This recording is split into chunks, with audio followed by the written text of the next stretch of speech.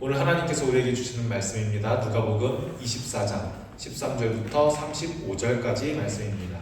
신약 성경에 있는 누가복음 24장 13절부터 35절, 신약 140쪽에 있습니다.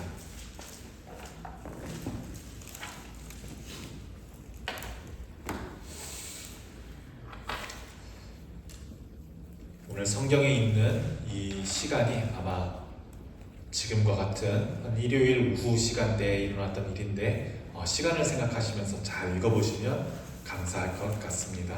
제가 먼저 읽고 여러분들이 읽고 교독하겠습니다. 그날에 그들 중 둘이 예루살렘에서 25리 되는 엠마오라 하는 마을로 가면서 이 모든 일을 서로 이야기하다가 그들이 서로 이야기하며 문의할 때 예수께서 가까이 이르러 그들과 동행하시나 그들의 눈이 가려져서 그인 줄 알지 못하는 예수께서 이르시되 너희가 길 가면서 서로 주고받고 하는 이야기가 무엇이냐 하시니 두 사람이 슬픈 빛을 띠고 머물러 서더라. 그 한 사람이 물러가라 하는 자가 대답하여 이르되 당신이 예루살렘에 세워서도 요즘 거기서 된 일을 혼자만 알지 못하느냐. 이르시되 무슨 일이냐 이르되 나사렛 예수의 일이니 그는 하나님과 모든 백성 앞에서 말과 일에 능하신 선지자이거늘 우리 대제사장들과 관리들이 사형 판결에 넘겨주어 십자가에 못 박았느니라. 우리는 이 사람이 이스라엘을 속량할 자라고 바라노라. 이뿐 아니라 이 일어난 지가 사흘째요. 또한 우리 중에 어떤 여자들이 우리로 놀라게 하였으니 이는 그들이 새벽에 무덤에 갔다가 그의 시체를 보지 못하고 와서 그가 살아나셨다 하는 천사들의 나타남을 보았다 함이라. 또 우리와 함께 한 자 중에 두어 사람이 무덤에 가 과연 여자들이 말한 바와 같음을 보았으나 예수는 보지 못하였느니라 하거늘. 이르시되 미련하고 선지자들이 말한 모든 것을 마음에 더디 믿는 자들이여. 그리스도가 이런 고난을 받고 자기의 영광에 들어가야 할 것이 아니냐 하시고 이에 모세와 모든 선지자의 글로 시작하여 모든 성경에 쓴 바 자기에 관한 것을 자세히 설명하시니라. 그들이 가는 바에 가까이 가매 예수는 더 가려하는 것 같이 하시니 그들이 강권하여 이르되 우리와 함께 유하사이다. 때가 저물어 가고 날이 이미 기울었나이다 하니 이에 그들과 함께 유하러 들어가시니라. 그들과 함께 음식 잡수실 때에 떡을 가지사 축사하시고 떼어 그들에게 주시니 그들의 눈이 밝아져 그인 줄 알아보더니 예수는 그들에게 보이지 아니하시는지라. 그들이 서로 말하되 길에서 우리에게 말씀하시고 우리에게 성경을 풀어주실 때 우리 속에서 마음이 뜨겁지 아니하더냐 하고 곧 그때로 일어나 예루살렘에 돌아가 보니 11 제자 및 그들과 함께 한 자들이 모여 있어 말하기를 주께서 가야 사랑하시고 시몬에게 보이셨다 하는지라. 다 함께 읽겠습니다. 두 사람도 길에서 된 일과 예수께서 떡을 떼심으로 자기들에게 알려주신 것을 말하더라. 아멘. 네, 오늘 우리가 읽은 말씀은 부활하신 예수님께서 일요일에 엠마오로 가는 두 제자에게 나타나시는 장면입니다. 이 본문을 이제 신약성경에서는 길 위의 신앙을 상징적으로 보여주는 이제 장면이라고 할 수 있겠습니다. 우리가 천천히 말씀을 다시 읽어보면서 이건 무슨 뜻일까? 이건 무슨 의미일까? 같이 생각하면서 오늘 예수님께서 부활하신 장면을 두 제자에게 보이신 장면을 함께 읽어보면 좋겠습니다. 13절을 우리가 다시 한번 같이 읽어볼까요? 시작! 그들 중 둘이 예루살렘에서 25리 되는 엠마오라 하는 마을로 가면서 그날이 언젠가요? 바로 죽으신 지 사흘째 되는 일요일입니다. 두 제자가 예루살렘에서 한 25리쯤 되는 엠마오라고 하는 마을로 가는 길입니다. 이 둘은 12제자에는 속하지는 않습니다. 제자기는 제자인데 12명 중 한 명은 아닙니다. 한 사람의 이름은 글로바, 클레오바라고 알려져 있으나 한 사람의 이름은 나옵니까? 나오지 않습니까? 한 사람 이름은 안 알려주죠. 한 사람 이름은 알려주지 않아서 독자들에게 자기 자신을 여기에 대입하라고 요청하는 듯한 여지를 남깁니다. 그래서 한 명의 이름은 아직도 잘 모릅니다. 아마 이 글을 읽고 있는 여러분이겠지요. 25리는 몇 킬로 정도인가요? 25리 여러분들 아시잖아요. 어르신들은 아시잖아요. 한 10km 조금 넘는, 한 12km는 좀 안 되는 이 정도 거리니까 당시 예루살렘, 이스라엘이 사막지형이라는 걸 생각하면 반나절은 조금 안 되게 대여섯 시간은 걸어야 하는 그런 거리니까 꽤 긴 길인 거죠. 이 엠마오라는 곳은 어딘지는 잘 모르겠습니다.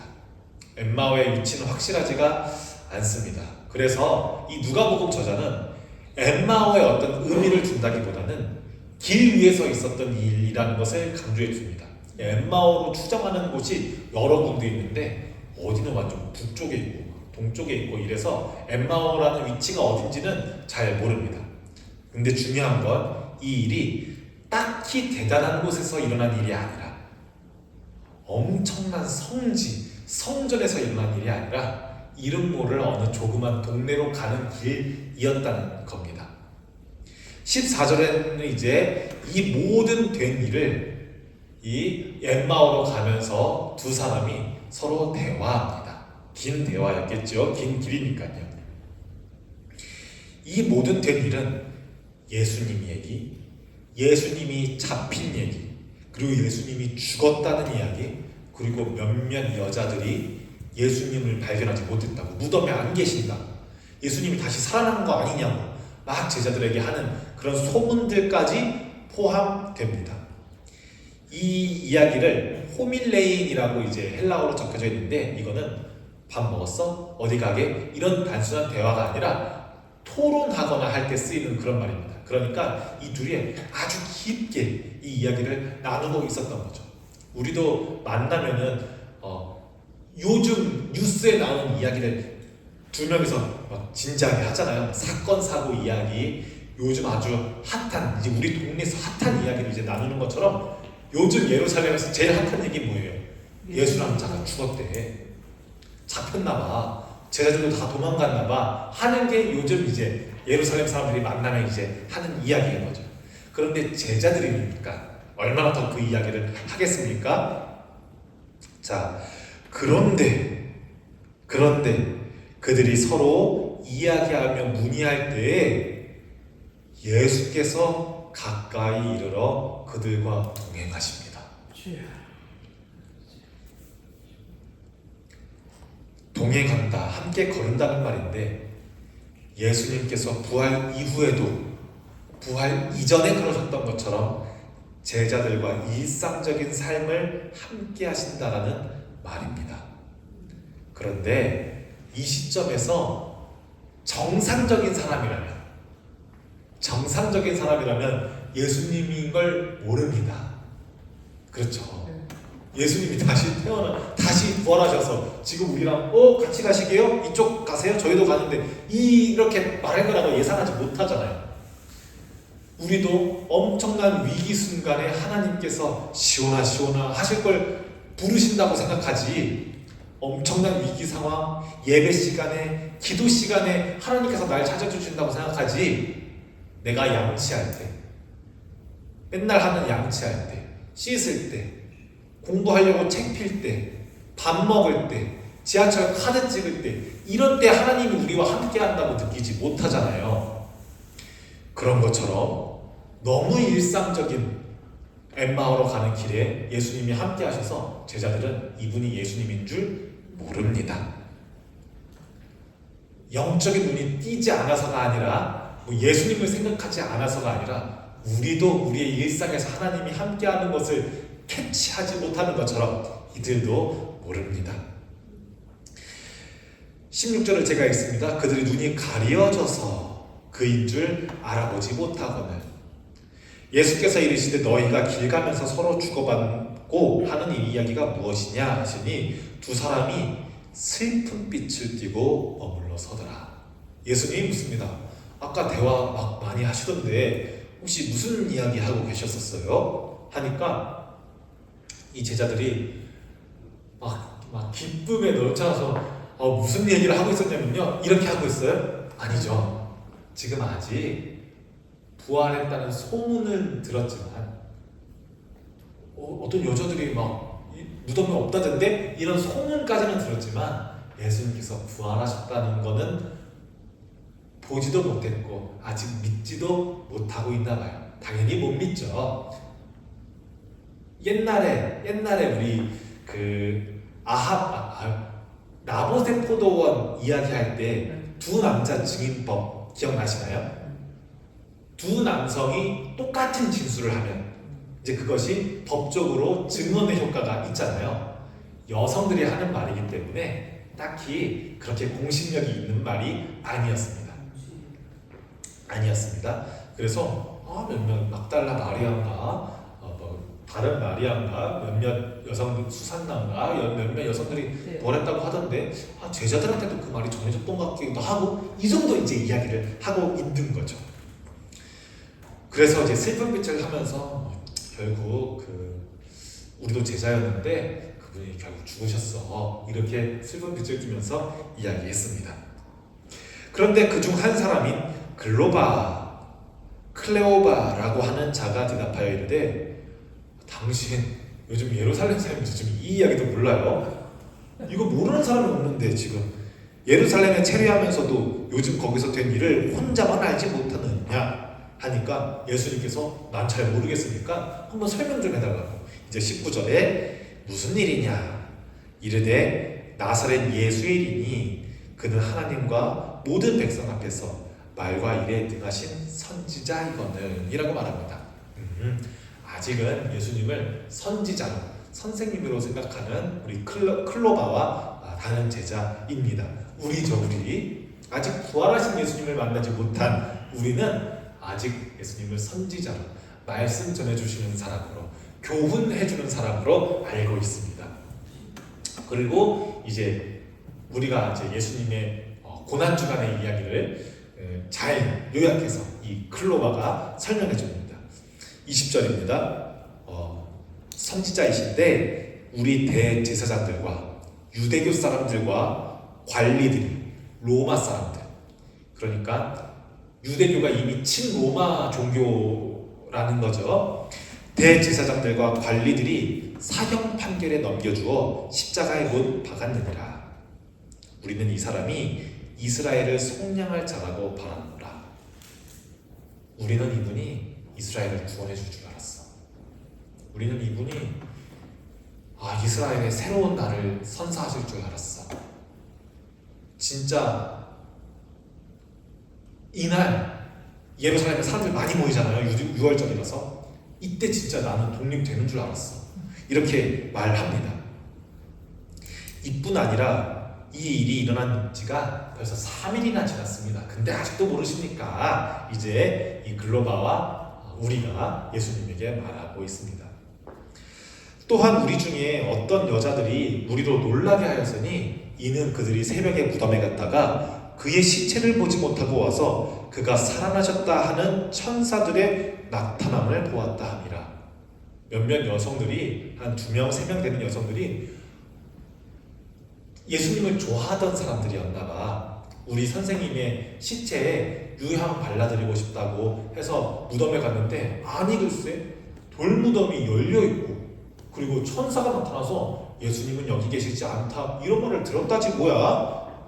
그거 말 듣고 내가 얼마나 놀랐는데 하면서 이제 예수님에게 설명합니다. 또 우리와 함께한 자 중에 두어 사람이 무덤에 가 과연 여자들이 말한 바와 같음을 보았으나 예수는 보지 못하였느니라 하거늘. 이제 이 여성들이 제자들에게 예수님께서 살아나셨어요. 빨리 무덤에 와보세요 했는데 이제 그들도 보지 못하였죠. 그러니까 이제 예수님께서 꾸짖음 같은 말 같기도 하시고 뭔가를 알려주는 것 같기도 하시고 이제 이 20절부터 19절부터 이제 글로바가 일목요연하게 그동안 있었던 일을 이제 이야기하는데 드디어 예수님이 개입하십니다. 25절을 우리가 같이 읽어볼까요? 이거는 좀 중요한 내용이어서 같이 읽어보면 좋겠습니다. 25절과 26절입니다. 시작. 이르시되 미련하고 선지자들이 말한 모든 것을 마음에 더디 믿는 자들이여 그리스도가 이런 고난을 받고 자기의 영광에 들어가야 할 것이 아니냐 하시고, 자 이제 말씀해 주십니다. 선지자의 말을 너희들 잘 안 믿는구나, 너네 성경 제대로 안 읽었구나, 이렇게 말씀하세요. 그러면서 이에 모세와 모든 선지자의 글, 이거 많이 말씀드렸었는데 모세와 모든 선지자의 글이 뭘 말하는 거예요? 구약성경 말하는 것이죠. 모세와 모든 선지자의 글로 시작하여 모든 성경에 쓴 바, 이게 누구를 위한 글이냐면 나를 위한 글이었어, 내가 바로 그였어 라고 예수님께서 말씀해 주십니다. 그리고 이제 이런 대화들을 몇 시간째 하다 보니까 벌써 엠마오에 도착했네요. 그런데 예수님은 더 가려는 것 같아요. 예수님은 그러면 즐거웠고 잘들 쉬세요, 저는 더 갈 길 갑니다. 예수님은 더 가려 하는 것 같이 하시니 그 말씀을 듣고 아주 이 제자들이 뿅 갔나 봐요. 그들이 강건하여 이르되, 지금 날도 늦었는데 저희랑 이제 방 잡고 같이 좀 더 얘기하시고 좀 푹 쉬시다가 다음에 아침에 가시죠. 이제 이렇게 이야기하는 거예요. 때가 저물어가고 29절입니다. 날이 이미 기울었나이다 하니 이에 그들과 함께 유하러 들어가시니라. 예수님께서 제자들이 요청하시니까 안 돼, 나는 그래도 내 갈 길을 가야 해 하고 가세요? 아니면 이 어리석은 제자들의 부탁을 예수님께서 응해 주십니까? 응해 주셔서 함께 머물러 주십니다.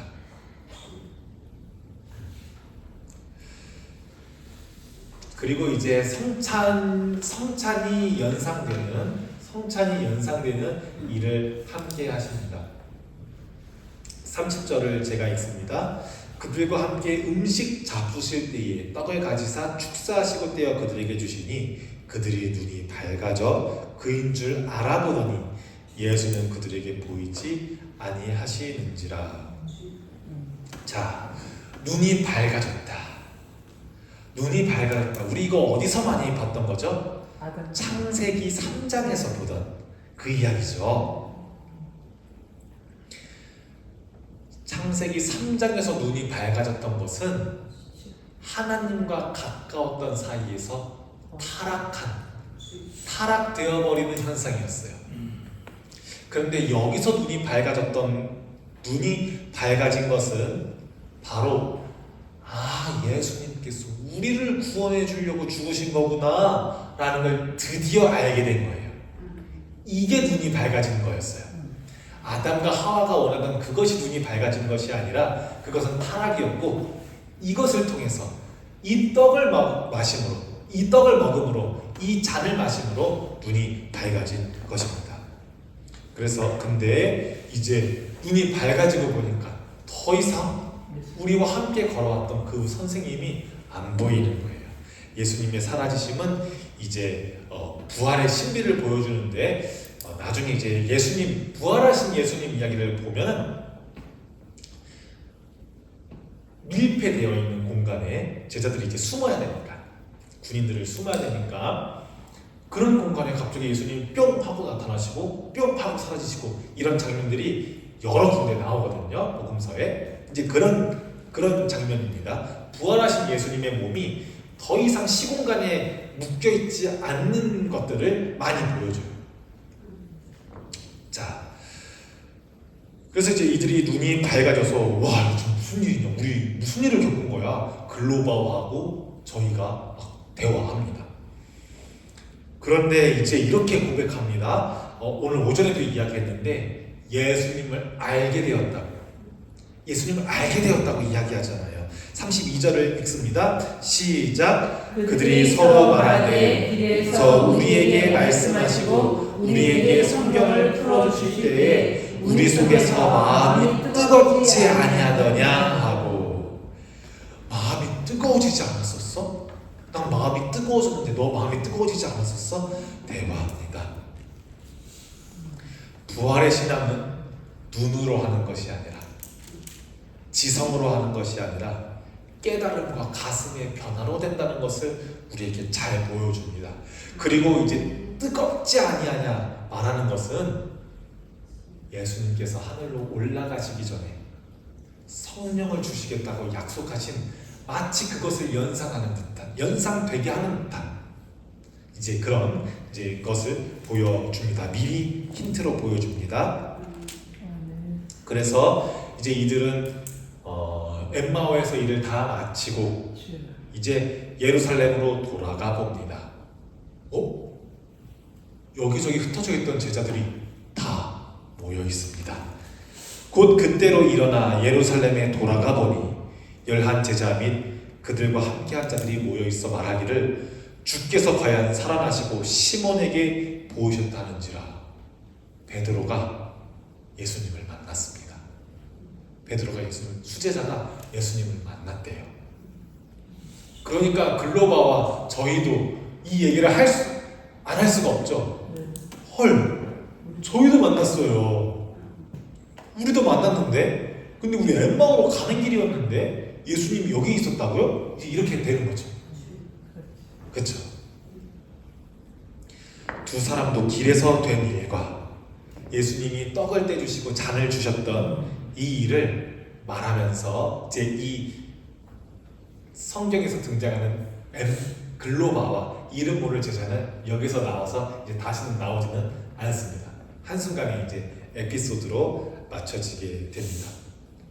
그래서 이 둘은 뭐야, 진짜 부활하셨구나, 시몬도 만나셨구나 하면서 이제 부활을 믿게 되는 이야기가 오늘 우리가 본 엠마오 길에서 제자들에게 나타나시다 이야기입니다. 엠마오로 가는 길에 만났습니다. 성전에서 만난 것도 아니고 예수님께서 죽으셨던 골고다나 그리고 예루살렘 안에 있는 무덤에서 만난 것도 아니고 자기들 일상을 살아가는 엠마오로 가는 길에서 만났습니다. 우리도 예수님을 이런 곳에서 찾아야 됩니다. 제가 아까 일부러 여러분들에게 친숙하게 말씀드리고 싶어서 지하철 카드 찍을 때, 밥 먹을 때, 양치할 때, 옷 입을 때, 일 시작할 때, 일 끝날 때, 공부할 때 일부러 이렇게 말씀드린 거거든요. 그런 때 예수님께서 함께 하신다는 것을 이제 이 누가복음 저자는 우리한테 알려주고 싶었어요. 이제 말씀을 마무리합니다. 엠마오로 향하던 두 제자들의 걸음은 원래는 슬픈 빛이었습니다. 왜? 예수님께서 부활하셨다는 그 소식을 믿지는 못했었거든요. 그러나 예수님께서는 그들의 이런 고민과 질문 속으로 개입하셔서 들어오시고 그들과 식탁을 함께 하셨습니다. 그래서 오늘 우리도 성찬을 진행했습니다. 예수님의 말씀을 듣고 이들은 안 것에서 끝나는 것이 아니라 마음이 뜨거워졌고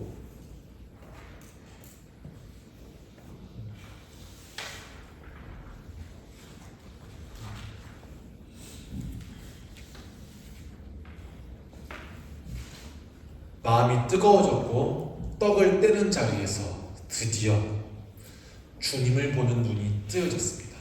부활하신 주님을 만난 눈이 띄어졌습니다. 아담과 하와의 반대로 말입니다. 우리도 때로는 주님을 보려고 성전에 나와야 한다든지 하나님을 만나기 위해서는 예배를 뜨겁게 드려야 한다든지 방언을 받아야 한다든지 특별한 집회에 참여해야 한다든지 오해할 때가 많습니다. 그래서 나의 일상의 삶 속에서 주님이 안 계신 것처럼 느껴질 때가 있습니다. 그런데 그랬던 그 제자들에게 주님은 오늘도 말씀 가운데 우리의 일상 가운데 우리 곁을 조용히 걸어가고 계십니다. 여러분들과 함께 걸어가고 계시는 그 예수님을 여러분들이 안 계시던데 하지 말고 왜 나는 응답 못 받아 하지 마시고 찾을 수 있기를 바랍니다. 그 주님을 향해 오늘 우리는 이렇게 말씀드릴 수 있으면 좋겠습니다. 이 제자들이 그랬던 것처럼 주님 우리와 함께 유하소서. 우리와 함께 유하여 주세요. 그러면 예수님께서는 안 돼, 나는 갈 길이 있어 하지 않으시고 함께 유하여 주십니다. 여러분들 주님과 동행하시는 축복이 있기를 바랍니다. 기도합니다. 부활하신 주님, 엠마오로 향하던 두 제자에게 다가오셔서 그들의 마음을 뜨겁게 하시고 떡을 떼실 때에 눈을 열어주신 것처럼 오늘 이 자리에 있는 우리에게도 말씀으로 다가와 주시고 우리의 마음을 다시 뜨겁게 하여 주시니 감사합니다. 우리는 때로 주님이 안 계신 것처럼 느끼고 슬픈 빛으로 무거운 마음으로 삶의 길을 걸을 때가 많이 있음을 고백합니다. 하지만 말씀을 통해 깨닫습니다. 주님은 언제나 우리 곁에 계시며 말씀과 떡을 통해 우리를 깨우시고 위로하신다는 것을 우리가 믿습니다. 우리와 함께 유하소서. 이 고백이 오늘 우리의 고백이 되게 하시고 이제 우리도 다시 일어나 부활하신 주님을 전하는 삶의 길을 담대히 나아가게 하옵소서. 예수님의 이름으로 기도합니다. 아멘.